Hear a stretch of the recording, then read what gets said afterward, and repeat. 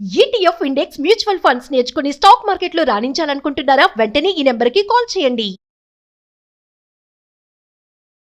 Hi viewers, India's largest digital media network Suman టీవీకి స్వాగతం. ప్రస్తుతం మనతో ఉన్నారు motivational speaker and advocate Ushasri. So Usha, ఒకప్పుడు అయితే కన్నా చక్కగా అందరికీ తెలుసు అబ్బాయిల చేతిలో అమ్మాయిలు మోసపోవడం ఎక్కువ, బలి అవ్వడం ఇప్పుడు ఉంది. బట్ పర్సంటేజ్ మాత్రం అమ్మాయిల చేతిలో అబ్బాయిలు ఎక్కువగా బలవుతున్నారు అనమాట. అంటే ఒక అబ్బాయితో ఆల్రెడీ రిలేషన్లో ఉంటుంది చక్కగా, మళ్ళీ ఇంకొక ఇద్దరు ముగ్గురిని కూడా మెయింటైన్ చేస్తుంది.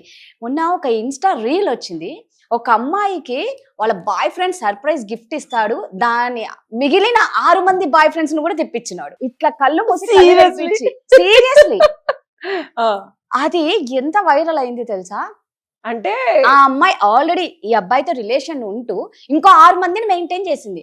ఈ అబ్బాయి ఏం చేశాడు, చక్కగా బర్త్డే పార్టీకి నీకు సర్ప్రైజ్ ఇస్తా అని చెప్పి మిగిలిన వాళ్ళని తీసుకొచ్చారు. ఆ అమ్మాయి ఫ్యూజ్ లో అవుట్ అయిపోయినాయి. సీరియస్లీ అబ్బాయిలు ఎక్కువ మంది మోసపోతున్నారు.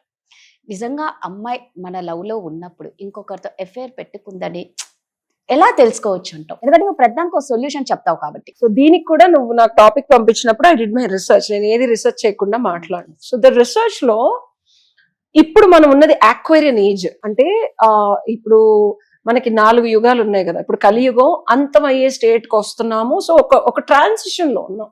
ఎప్పుడూ లేని పరిస్థితులు అమ్మాయిలు చంపడం, ఎప్పుడూ లేని విధంగా హ్యూమన్ రిలేషన్షిప్స్ ఒక ఫ్లాష్ లాగా ఏం జరుగుతుందో తెలియకుండా అస్తవ్యస్తంగా అడ్డదిడ్డంగా పిచ్చి పిచ్చిగా, ఎంత కల్చరల్ స్ట్రెంగ్త్ ఉన్న ఇండియాలో కూడా ఇంత భయానకమైన సిచ్యువేషన్స్ వస్తాయి. దానికి ఒక ఏజ్, యుగం ఎప్పుడైతే యుగాంతం మారుతోందో, నేను ఇది చాలా కూసంగా రీసెర్చ్ చేశాను. ఎస్పెషల్లీ అమ్మాయిలు అవనివ్వు అబ్బాయిలు అవనివ్వు, ఒక భ్రమ కలిగించేది కానీ, ఇబ్బందికరమైన పరిస్థితి కానీ, నటించాల్సింది కానీ, సొసైటీ కోసం కానీ, ఇబ్బందికరమైన పరిస్థితుల్లో కానీ ఇప్పుడు ఉన్న మనుష్య జాతి ఉండలేదంట.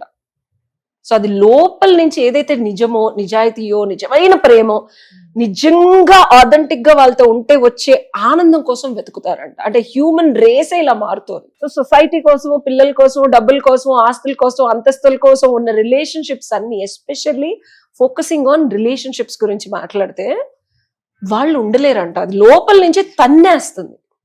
సో బిగ్గెస్ట్ ఎమోషనల్ హ్యూమన్స్ ఎవరు? విమెన్. అబ్బాయిల కన్నా. అబ్బాయిలన్నా కొంచెం మైండ్ అప్లై చేసి ఆగుతారు. అమ్మాయిలు is like the power house. కొంచెం ఇలాగా తేడా వస్తే మనం ఊగిపోతాం, కొంచెం ఎవడన్నా మాట అంటే ఏడు చేస్తాం. సో ఇంత అడ్వెంట్ ఆఫ్ యూనివర్సల్ ట్రాన్సిషన్ లో బిగ్గెస్ట్ ఎమోషనల్ బీయింగ్స్ మనం కాబట్టి, మనకి ఏది కావాలి, మనం ఏది ఉంటే ఆనందంగా ఉంటాం, ట్రూత్ఫుల్ గా లోపల నుంచి. అమ్మాయిలు దాన్ని వెతకటంలో వెనకాడట్లేదు, పొందటంలో తగ్గట్లేదు. కరెక్ట్. పాత చింతకాయ పచ్చడిలాగా పెళ్ళంటే ఇలా ఉండాలి, గర్ల్ ఫ్రెండ్ అంటే ఇలా ఉండాలి, ఎవరితో ఫిజికల్ గా ఉండకూడదు, ఒక్కరితోనే ఉండాలి అన్న అడ్వెంట్ అసలు మనం తీసేయాలి. రాదు అసలు. నువ్వు ఈ క్వశ్చన్ కూడా అడగకూడదు. ఇంకోసారి మరి ఇంత అన్యాయం. ఈ ట్రాన్సిషన్ కోవిడ్ తర్వాత వచ్చింది, ఎవరూ ఆపలేరు, ఏమీ చేయలేరు. ఇందాక నువ్వు అన్నట్టు ఏంటంటే కలియుగాంతం అయ్యేటప్పుడు నిజంగా ఈ వైపరీత్యాలన్నీ చూడాల్సిన వచ్చింది, తల్లి కొడుకుని చెప్పడం. ఏంటి నిజంగా నువ్వు అన్నట్టు అంతమైపోతుందేమో, అందుకే ఇంత దారుణంగా చేస్తున్నారు ఆడవాళ్ళు. నేను ఒకటి చెప్తాను రాదా, మనం కోవిడ్ లో చాలా వరకు కలి అంటే గుర్రం మీద వస్తాడు, కోత మొదలవుతుంది, ఖడ్గంతో వస్తాడు, గాల్లో ఇలా అనుకున్నాం. గాలిలోంచే కోవిడ్ వచ్చింది. కర్మలు ఎవరైతే భయానకంగా డబ్బు కోసం చేసిన వాళ్ళందరూ క్లిన్స్ అయిపోయింది. ఒక సెట్ ఆఫ్ పీపుల్ క్లిన్స్ అయిపోయారు. అంటే విపరీతమైన అన్యాయం చేసి, లేకపోతే అడ్డంగా ధర్మం, 4 పాదాల మీద ధర్మో రక్షతి రక్షత. నేను ఎప్పుడు అంట, I believe in law of కర్మ అండ్ ధర్మ. నేను ధర్మాన్ని ఎప్పుడు రక్షించడానికి ప్రయత్నిస్తాను, అది మనల్ని రక్షిస్తుందని.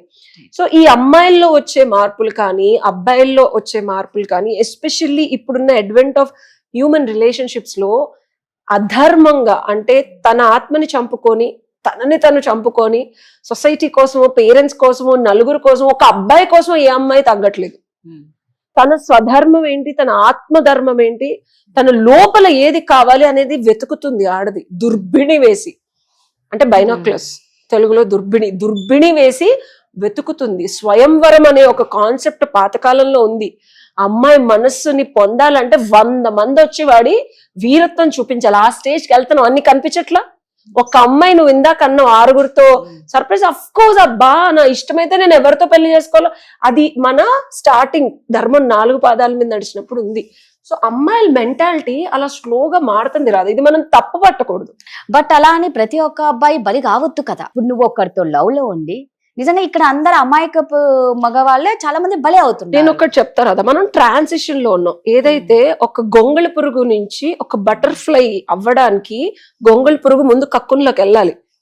ఆ పాకే ఆ చిరాగ్గా ఉండేది. నువ్వు ఇప్పుడు ఏమన్నావు ఉషా, ఇది చిరాకు రోత, అసలు ఎలా చేస్తారు ఇలా అంటున్నావు. నేను అంటున్నా రాధా, ఆ అమ్మాయి గొంగళి పురుగు కాదు బటర్ఫ్లై అని తెలుసుకుంటుంది. సో తనకి మనసుకి ఏం కావాలి, తన జీవితాంతం ఎవడితో ఉంటే వీరత్వంగా నన్ను సెక్యూరిటీగా చేస్తాడు అనే క్లారిటీ ఆడదానికి వస్తుంది. సొసైటీ కోసం ఎవరి కోసం సప్రెస్ నువ్వు అడిగే నాకు అర్థమైంది. నువ్వు యు ఆల్వేస్ సపోర్ట్, డెఫినెట్ గా కరెక్ట్ రాదా. ఆడదాని పవర్ సప్రెస్ చేసింది సొసైటీ. ధర్మం పేరుని అమ్మాయి అంటేనే యుద్ధం, అమ్మవారు అంటేనే డిస్ట్రక్షన్. బట్ ఇలాంటి అమ్మవాళ్ళతో నేను ఎవరిని పోల్చను. ప్రతి ఆడదానిలోనూ there is a divine energy. ఆ డివైన్ ఎనర్జీ తెలుసుకున్న ఆడది భగవంతుడి స్థితికి వెళుతుంది. అది తెలుసుకోవాలంటే సరైన శివుడు కావాలి, అమ్మాయిని కంట్రోల్ చేసేవాడు కావాలి. ఓకే, ప్రతి ఆదిశక్తి కుండలిని సాధనలో మూలాధారంలో నుంచి పైకి జాగ్రత్తపై శివుడి దగ్గరికే వెళ్ళాలనుకుంటుంది. ఇందులో రకరకాల అవతారాలు ఉంటాయి, రకరకాలుగా మారుతుంది, రకరకాలుగా ఆ శివుడు అవతారం ఎత్తి ప్రతి చక్రంలోనూ వస్తాడు. సో మనిషిని మార్చుకుంటూ తనని తను మార్చుకుంటూ ఎవడైతే ఫైనల్ ప్రశాంతి ఇస్తాడో వాళ్ళతో ఉంటుంది అమ్మవారు. సో నేను తప్పనే అన్ను, తన ఏ స్టేజ్ లో ఉంటే తనకు ఆ తోడుగా ఉండే మగాడితో ఉంటోంది ఇప్పుడు జనరేషన్. ఎందుకంటే సప్రెస్ చేసుకొని ఒక్కడితోనే ఉండాల్సిన అవసరం లేదు. తనని ఎవరైతే బాగా చూసుకుంటారో వాళ్ళతో ఉంటుంది. నేను దానికి కొన్ని లక్షల కథలు చెప్తాను పురాణాల్లో, లక్షల కథలు, 100లోను 1000 కథ, కొన్ని లక్షల కథలు చెప్తారు. చంపే వరకు తెచ్చుకునే స్థితి అబ్బాయిలు, సొసైటీ, తల్లిదండ్రులు కలిగిస్తున్నారు. రాసుకో ఇది, అది యాక్టివేట్ చేస్తున్నారు.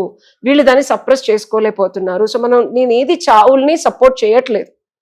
బట్ సొసైటీ ఎలా అయితే మారుతుందో అమ్మాయికి ఏం కావాలో అది ఇవ్వడానికి ప్రయత్నించాలి. మగాళ్ళు లెథర్జిటిక్ గా, స్టూపిడ్ గా నువ్వు ఇంట్లో కూర్చోవాలి, వంట చేయాలి, నేను నిన్ను పెళ్లి చేసుకున్నా, నేను రోజు ఏం చేసినా చేయకపోయినా ఫిజికల్ గా ఏం చేసినా. నువ్వు చెప్పేది అమ్మాయి, నేననేది పెళ్లి కాకముందే లవ్ లో ఉంటే ఇంకో 10 మందితో పెళ్లి చేసుకోకపోయినా నువ్వు నా గర్ల్ ఫ్రెండ్ అంటే నాతోనే ఉండాలని రాసిచ్చానా నీకు? నువ్వు నాకు ఏమీ చేయకపోయినా నీతో ఉంటానని అదే చెప్తున్నా. It's a wrong notion. మన కల్చరల్ బ్యారియర్స్ నుంచి మనకు మనం తెచ్చి పెట్టుకొని ఇచ్చుకున్నవి, అది ఆడది పెకిలించుకొని బయటకు వస్తుంది. ఎందుకంటే ఒక ఆడదాన్ని సాటిస్ఫై చేయడం ఒక మగాడి వల్ల కాదు. ఒక మగాడిలాగా లెగాల.